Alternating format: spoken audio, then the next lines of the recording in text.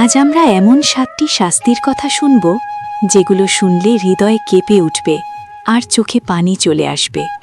সেই ভয়ঙ্কর রাতের বর্ণনা। ভাবুন, আজ রাতটাই যদি আপনার জীবনের শেষ রাত হয়। আজ ঘুমাতে গেলেন, কিন্তু সকালে আর উঠলেন না। কবরের অন্ধকারে চোখ খুললেন, চারদিকে শুধু নীরবতা।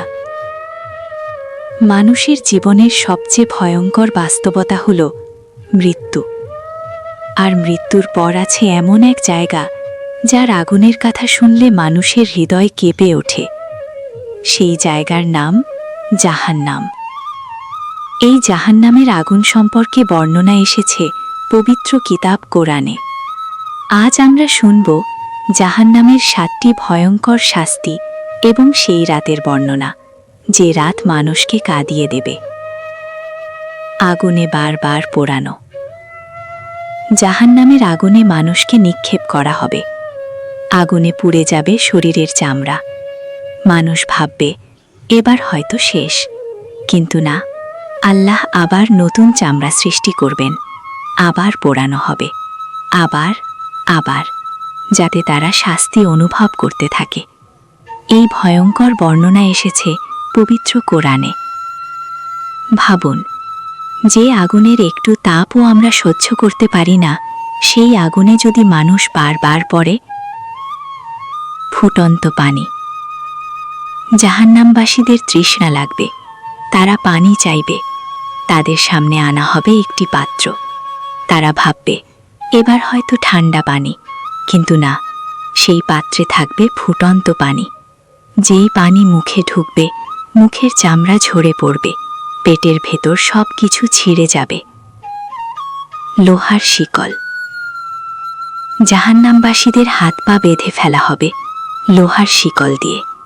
একটি শিকলের দৈর্ঘ্য হবে বহু হাত। ফেরেশতারা সেই শিকল ধরে মানুষকে টেনে নিয়ে যাবে আগুনের দিকে।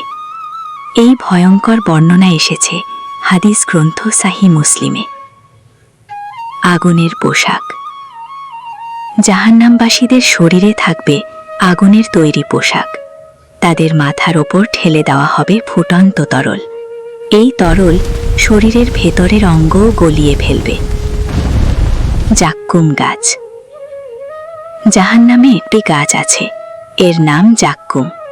এই গাছ আগুনের ভেতরে জন্মায়। ক্ষুধার্ত জাহান্নামবাসীরা বাধ্য হয়ে এই গাছ খাবে, কিন্তু এই খাবার পেটে গিয়ে আগুনের মতো জ্বলবে। এই গাছের কথা এসেছে পবিত্র কোরআনে। সাপ ও বিচ্ছু। কিছু বর্ণনায় এসেছে জাহান্নামে থাকবে বিশাল সাপ ও বিচ্ছু।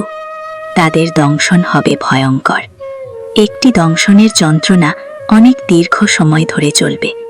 মানুষ চিৎকার করবে, কিন্তু কেউ সাহায্য করবে না।